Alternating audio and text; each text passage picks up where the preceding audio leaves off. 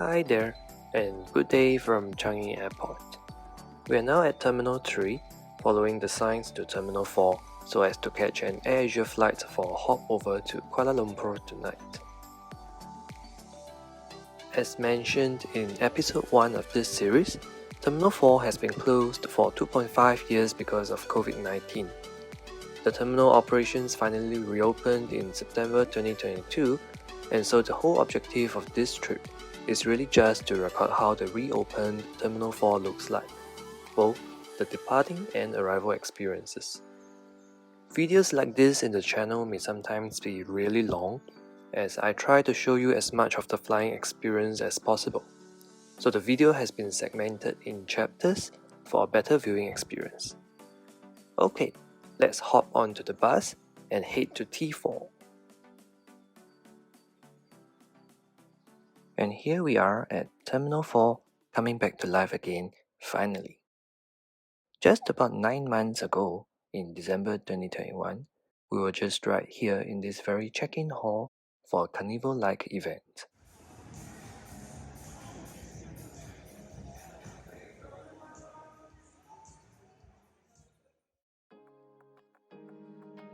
Back to the year 2022, we were finally seeing flights back in the terminal.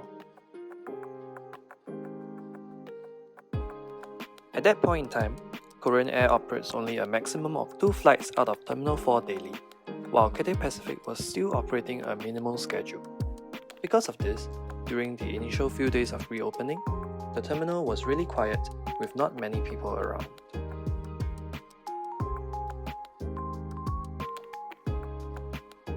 The public area's food court is also situated at level 3 of the terminal. However, being in the first week of reopening, you can see that most of the food stalls are not occupied. On that day, it seemed like only 2 food stalls were open together with the drink stall, and that's about it. This is definitely understandable given that not many travelers are back here at the moment. Walking all the way to the end of the food court, we'll come to the Terminal 4 viewing mall. But honestly, you can't see much here, especially at night. That's about it for level 3 of Terminal 4's landside area. Let's go back to the departure hall level, and I will take you on a short walk. Check-in zones 1, 2, and 3 were still quiet and empty, but there were already signs of Vietnam Airlines getting ready to return.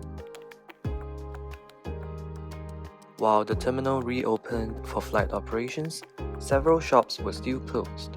For example, the Starbucks here. This was the area used for go-kart racing during the carnival held here last year.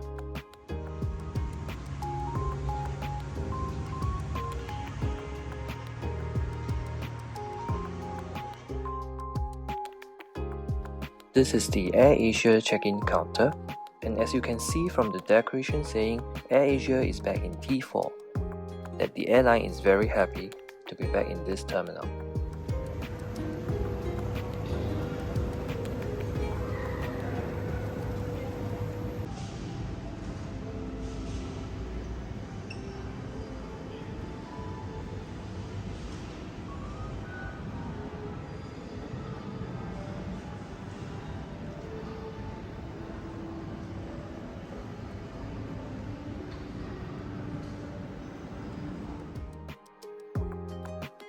In Terminal 4, security screening is always a breeze because you don't have to remove anything from your bags. They should really introduce this across the entire airport, but I guess the technology involved isn't exactly that budget-friendly. Anyway, I was through immigration and security in no time. Walking through the duty-free shops, I was reminded of how these shops were all empty and dark last year when we came here for the glamping event. Do watch that video if you haven't. Now that I'm airside, the most important thing is to get dinner settled. It was around 8 PM and I was already super hungry. We haven't been traveling much in the past few years, so I had priority pass lounge visits to clear. So in this video, I shall also take you into the only lounge that was opened in Terminal 4 back in September 2022, the Blossom Lounge. Cathay Pacific's lounge remained closed until February 2023. Both lounges in Terminal 4 are situated one level above the duty-free shops, where the food court, rest areas, and convenience store are situated. Let's now do a quick tour around the lounge. At that point in time, the lounge's opening hours were between 6 AM and 12 AM. Right now, however, this has changed to a 24 hours operation since more flights are likely back in operation at the terminal. And that means passengers will be around in the Airside area for the entire day. As you can see, this is quite a sizable lounge with a sitting capacity of 280 guests.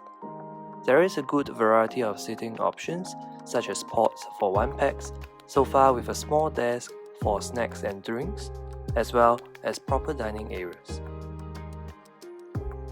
As far as I remember, I don't see a business center though, but the dining tables are good enough for people who want to work on their computers.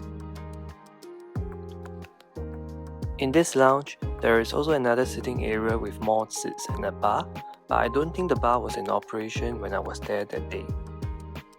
Blossom Lounge is also an open-air lounge, so guests can actually choose to sit in the area that faces the Peranakan multimedia show to soak in the Peranakan vibes within the rest of this terminal. More on that later in the video. When I was there that day, the washrooms in the lounge were under maintenance, and hence we were directed to the toilets outside of the lounge in the terminal itself.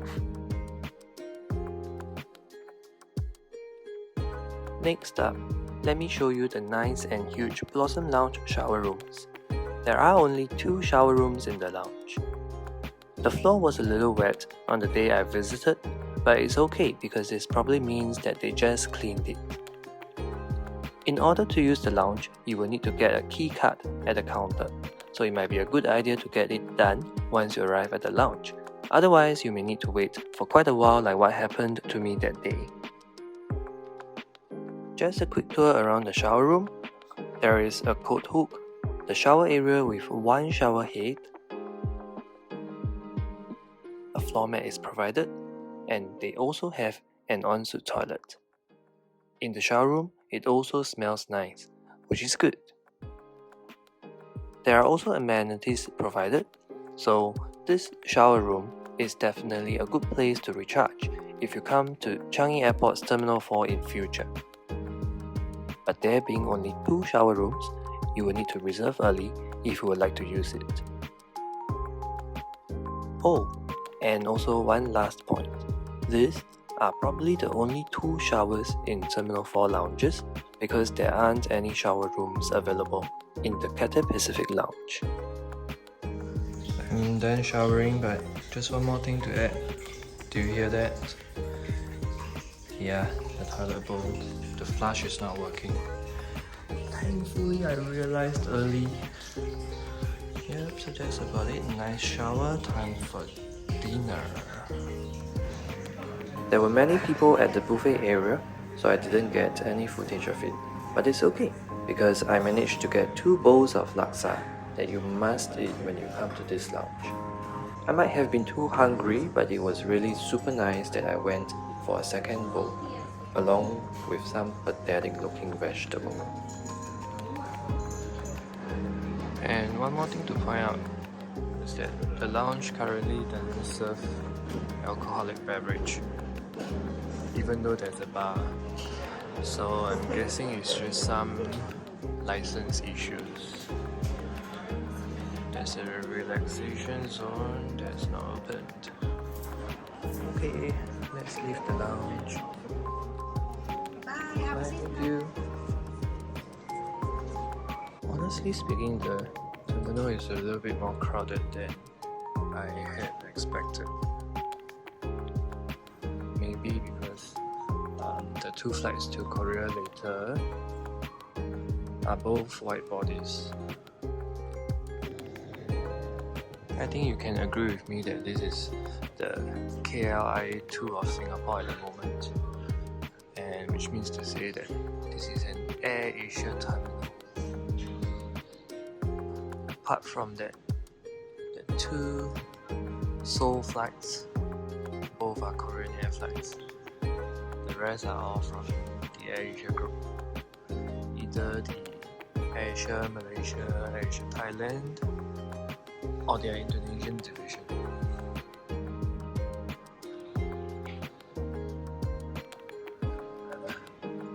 Alright, let's head down. Probably it's gonna be a 10 minutes walk around the Airside area before we can start boarding.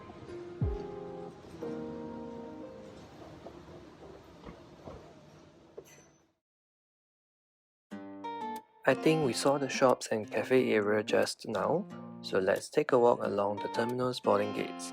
First, I'm going to take a turn and walk towards gate G6. Gate G6 is a special one for us because this was where we spent the night glamping in the airport last year.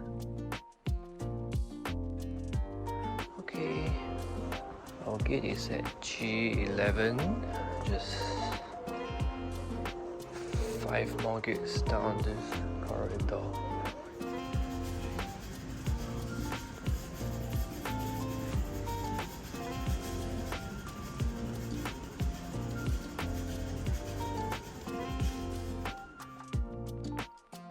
Terminal 4 is designed with a Peranakan theme, so the interior design of the terminal actually consists of quite a bit of Peranakan elements. The most famous of it being the Peranakan Love Story multimedia show. I'll add a link to the full show in the description below.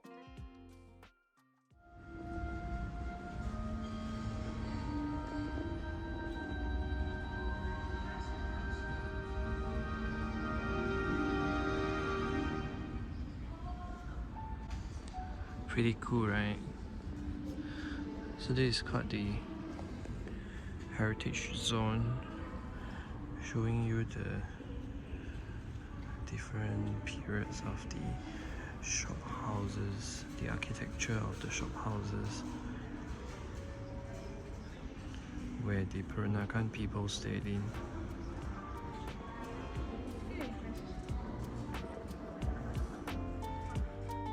And apart from the G gates, there are also H gates at this terminal. These are the bus gates where you have to board using buses. I don't think they are used that frequently since Terminal 4 is not operating at capacity yet, but with Jetstar's operations shifted here, I'm not sure what's the current situation.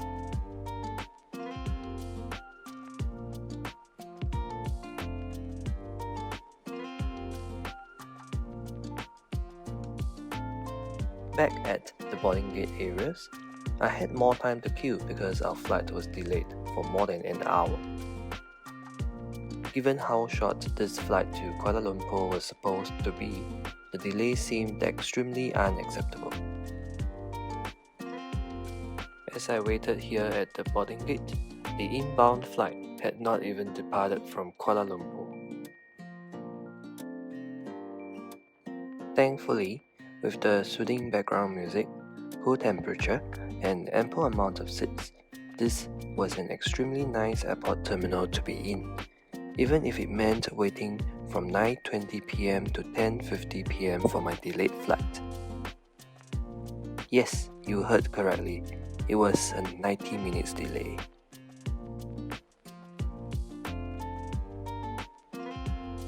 Time now is 10:50 PM, 10:50. So it's 5 minutes after the rescheduled departure time. And our aircraft has finally arrived.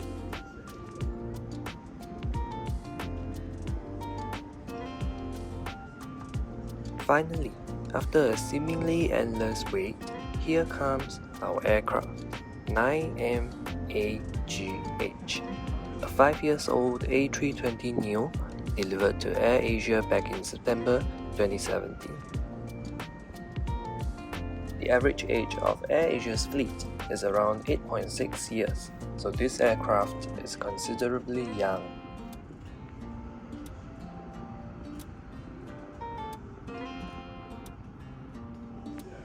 We would like to invite passengers seated in Zone 2 to board through gate G11 now.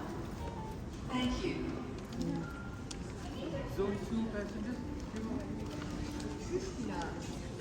AK720 to Kuala Lumpur. We would like to invite all remaining passengers to board through gate G11 immediately. Thank you for flying with AirAsia, and we wish all passengers a pleasant flight.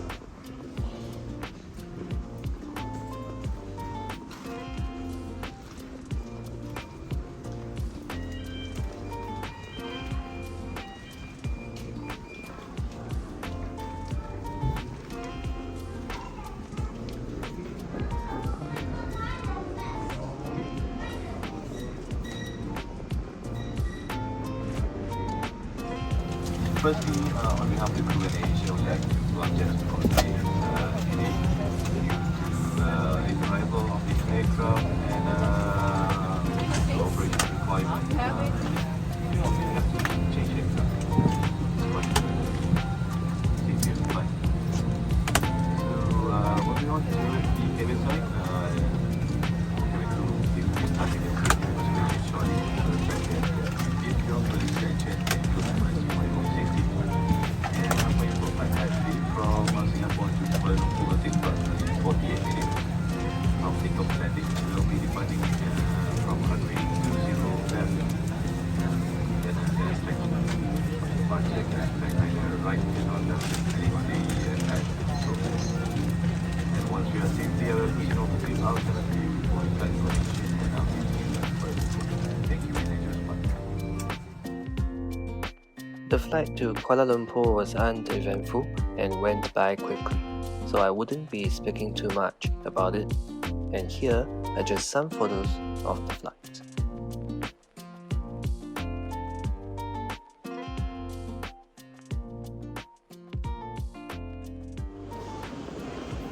It's 12:45 a.m. Finally reached KL. Making my way to the immigration, trying to be as fast as possible. But this airport is huge. Wow, this was probably my fastest ever KLIA2 arrival experience. From the aircraft all the way to immigration and customs took me only 10 minutes. But that's also because I have no luggage. Okay, time to find the hotel, and that's it for the day. Good night.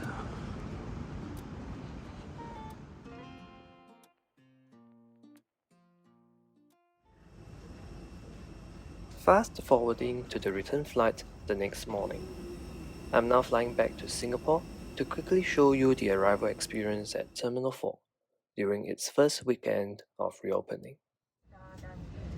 Keselamatan Anda sepanjang penerbangan diharap Anda dapat membantu kami dengan menjaga keamanan diri. Silang dimaklum bahwa pelituh muka yang mempunyai injak penahan.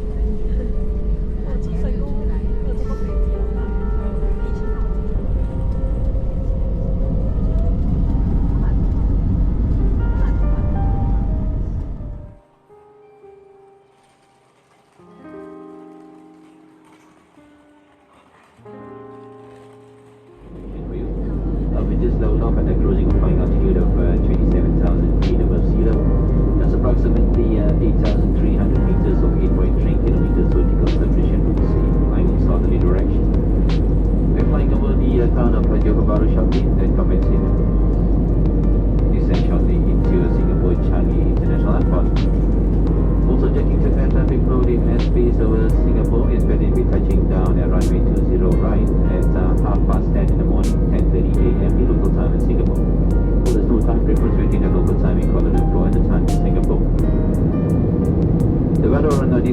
forecasted to be slightly cloudy, so as a safety precaution, we do appreciate when you keep the seatbelts fastened every time you're being seated. If you're Singapore service forecasted to be good, with a ground surface temperature of 30 degrees Celsius. All upon landing will be consisting in a 10 to 15 minutes towards the taxi to the terminal building. It was a pleasure having participated once again back of AirAsia and the rest of the group. We'd like to thank you for flying with us and for latest promotions and destination, hotel bookings and many more. Please do download our AirAsia Super app. Have a wonderful day Singapore and a wonderful weekend. Thank you.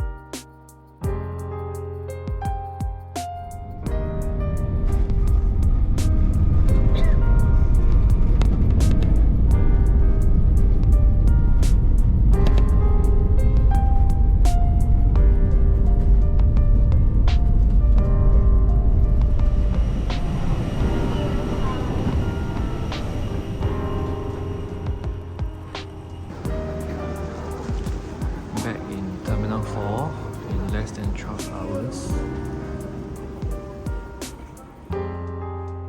Another look at our aircraft before heading to the arrival immigration. Anyway, welcome back to Terminal 4.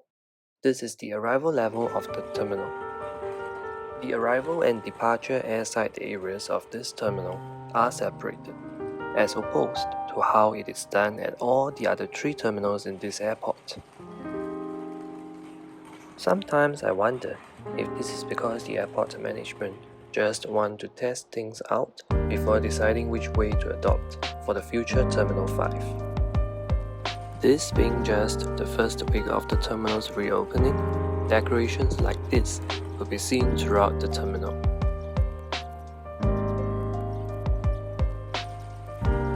Terminal 4 is a relatively smaller terminal, so we shouldn't take too long to clear immigration. This time round, from my arrival gate to immigration, it was just around a 1 to 2 minutes walk. As expected of Changi Airport's efficiency, I cleared immigration in less than 1 minute. It is also good that I don't have checked-in bags, so I could directly walk through the baggage claims area.